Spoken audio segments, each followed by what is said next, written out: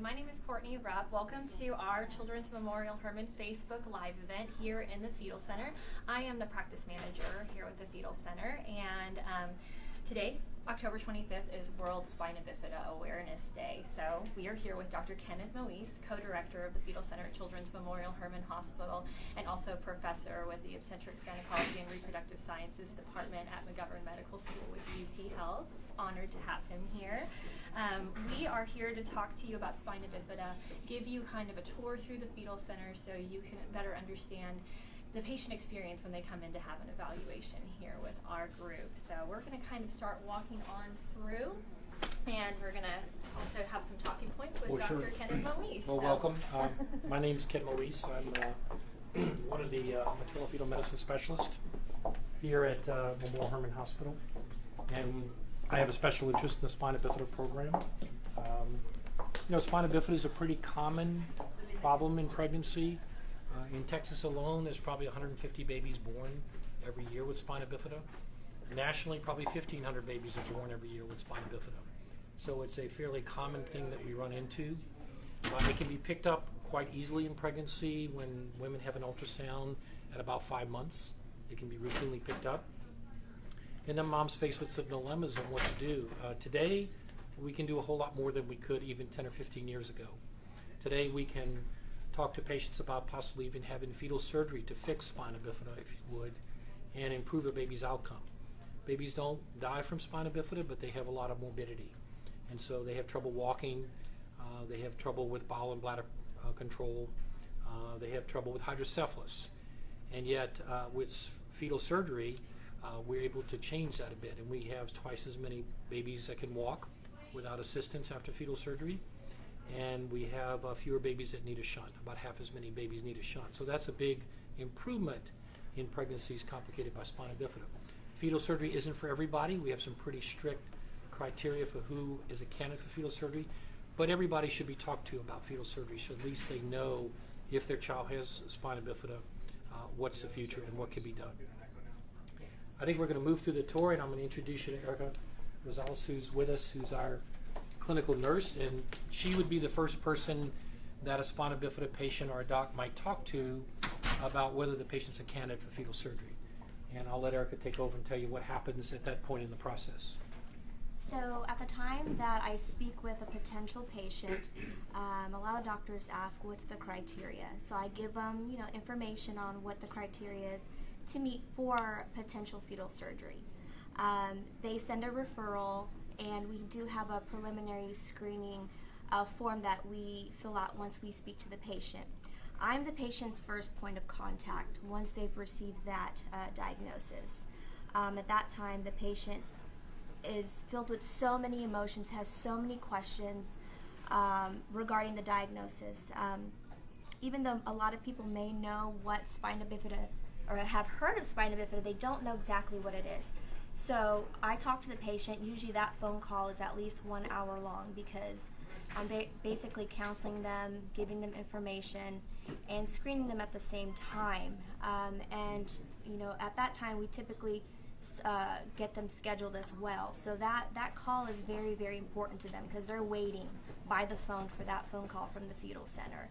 So that's the beginning process, and then we bring them in for an evaluation, which is usually about 3 to 4 days.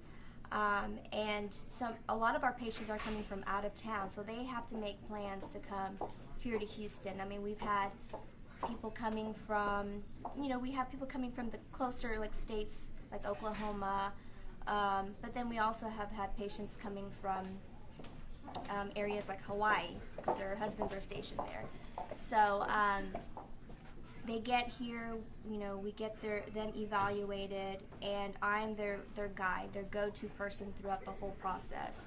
And I'm their first point of contact, and I'm probably their last point of contact, even up until they deliver, and even after we still, keep in touch. So it's a very interesting journey, and I'm very honored to be able to be a part of that. But it's a lot for these families to have to handle, and me just being there it's a great support for them as well.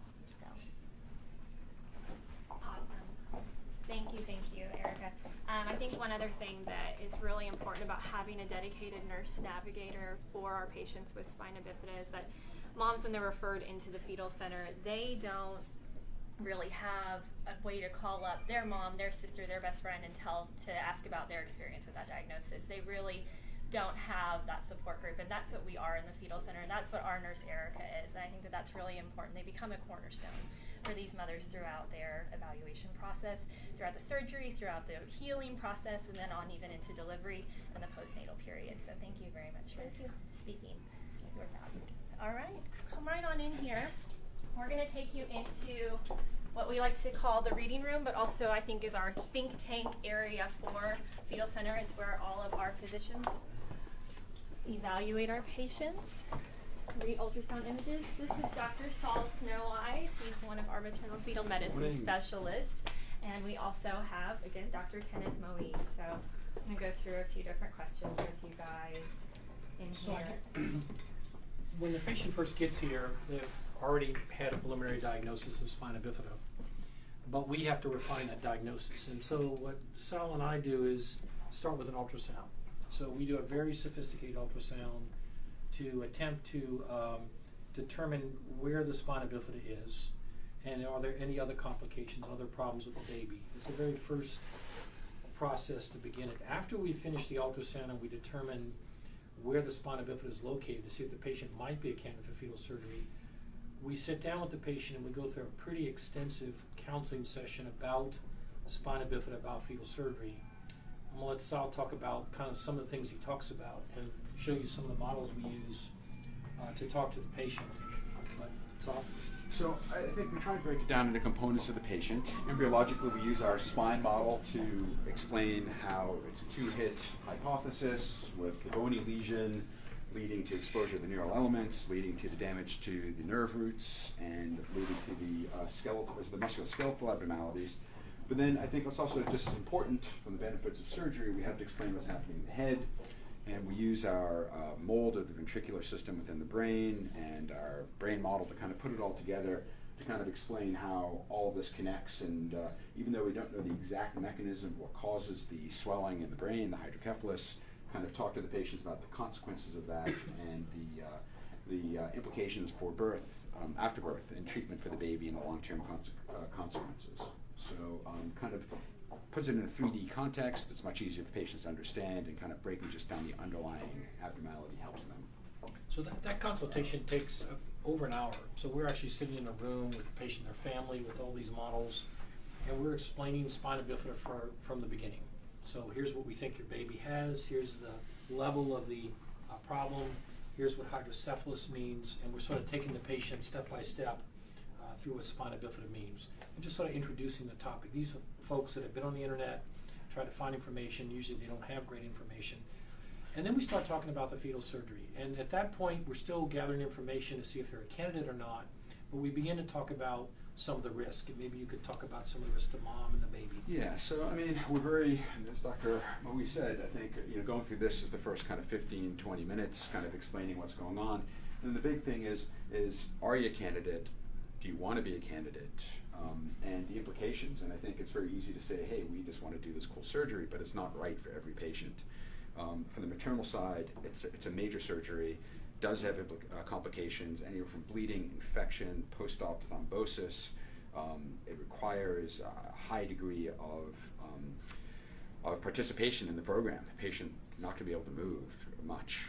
Walking around the house is pretty much it. They really have to be compliant with that. This type of surgery that we do in the uterus, there's a risk of that scar breaking down, and it really does have some risk for the mom. The main risk to the baby, obviously, is if we don't do this. This is the first surgery we're offering for in the fetal intervention world, where we're not doing it where it's life or death, but we're doing it to improve the quality or decrease the morbidity after delivery. So, but it does have complications. The complications can be, unfortunately, rare events, but death of the baby during the surgery, or death resulting from preterm delivery, which is still the kind of Achilles heel of everything we do in fetal surgery. So without scaring the patient, I think we try and give them a balanced approach of what the risks are if they have the surgery to both them and the baby, and what the risks are if we don't do the surgery, and then really leave it up to the family and the patient to decide how they want to proceed. Yeah, so that's the big risk, is prematurity. So if we were presented with a pregnancy with spina bifida, we would typically offer that patient an elective cesarean section at 38 weeks, 2 weeks before their due date. In a perfect world, in these patients, we would do an elective section at 37 weeks, a week earlier. But many of these patients deliver prematurely because of the surgery we do in the womb. So we sort of do like a mini C-section, but leave the baby inside, and then tell everybody to be quiet the rest of the pregnancy. It doesn't always work.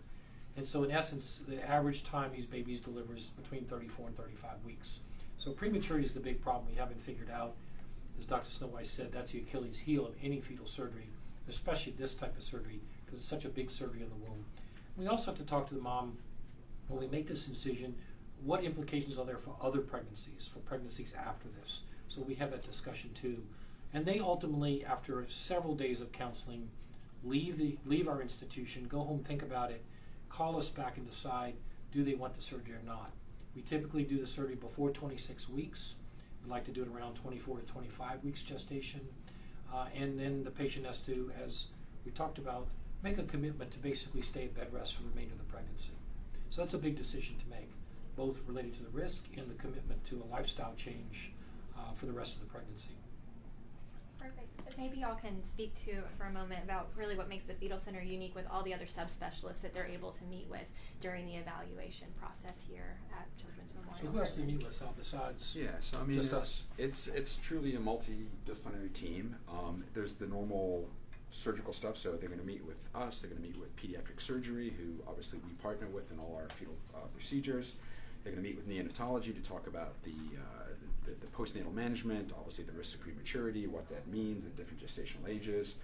They're going to meet obviously with neurosurgery, because neurosurgery is going to be involved antenatally or postnatally. They also meet with the anesthesia team. It's quite if they do go with surgery, it's a big anesthetic procedure. They also meet with the social work, they meet with the genetics team, and then Dr. Mazer, who talks about the postnatal management, and that's really what most of the patients want to hear about. It's going to help them with the decision in a lot of ways, but also they want to know if they go with surgery or even if they don't plan in surgery, what are the implications, what does their baby face? Yeah, I think Dr. Mazer's consultation, which again goes on for about an hour, is probably the one they all cite. It's she ran the Shriners Hospital Spina Bifida Clinic for many years, and so she's very knowledgeable about what happens to children with spina bifida, even up until age 18. And so she spends quite a bit of time talking about the practicality of having a child with spina bifida and what it means to take care of a child with all of these various issues. And so they all walk away, whether they decide to have surgery or not, with a real good working knowledge of what is it like to have a child with spina bifida. Perfect. Well, Dr. Snowweiss, Dr. Moise, thank you for your time. We really appreciate it. I know everybody out there watching really appreciates it. It's really great to get to spend a few moments with the experts. So thanks again. Thanks for okay? listening. Thanks for having us. Follow me. We're going to take you through the rest of the tour. We're going to have you meet with one of our sonographers, Genevieve Campbell. She is one of the staff members that patients see. It's actually pretty much the first person that they see. She is the one that does the ultrasound. She's going to kind of talk about her patient experience as well. Come with me. And we've got Genevieve right in here. Hey! All right. Thanks for hanging with us today. So like I said, Genevieve is a vital member of our team. She is one of our amazing lead sonographers here with us. So Genevieve, tell me a little bit about your role here with the Fetal Center. So, as a sonographer, our position or our job responsibility is to bring the patient in. We're typically the first person that you're going to meet during your day. So we want to welcome you and make you feel comfortable. And so our job is then to take the information that we've been given from your referring physician and then use the ultrasound to either sort of confirm or change, or I would say sort of pinpoint the diagnosis. So we want to make the diagnosis specific to your baby, because once you hear that your baby may have spina bifida, you might go online and read a lot about spina bifida and learn different things that might occur, but every case is different. So our job is to look at your baby, find your baby's defect, and evaluate it so that we can give you specific information. So not just what does spina bifida mean, but what does it mean for your child, and what's the prognosis for your baby. So we do that here with the ultrasound, and we do the MRI, they may talk about that. So we use a couple of imaging modalities to try to give you the best information for your kiddo. Thank you, Genevieve. You're welcome. Appreciate it. All right. If you follow me, we're going to go down the hallway, pardon me, and meet with one of our genetic counselors, Blair Stevens. Follow this way.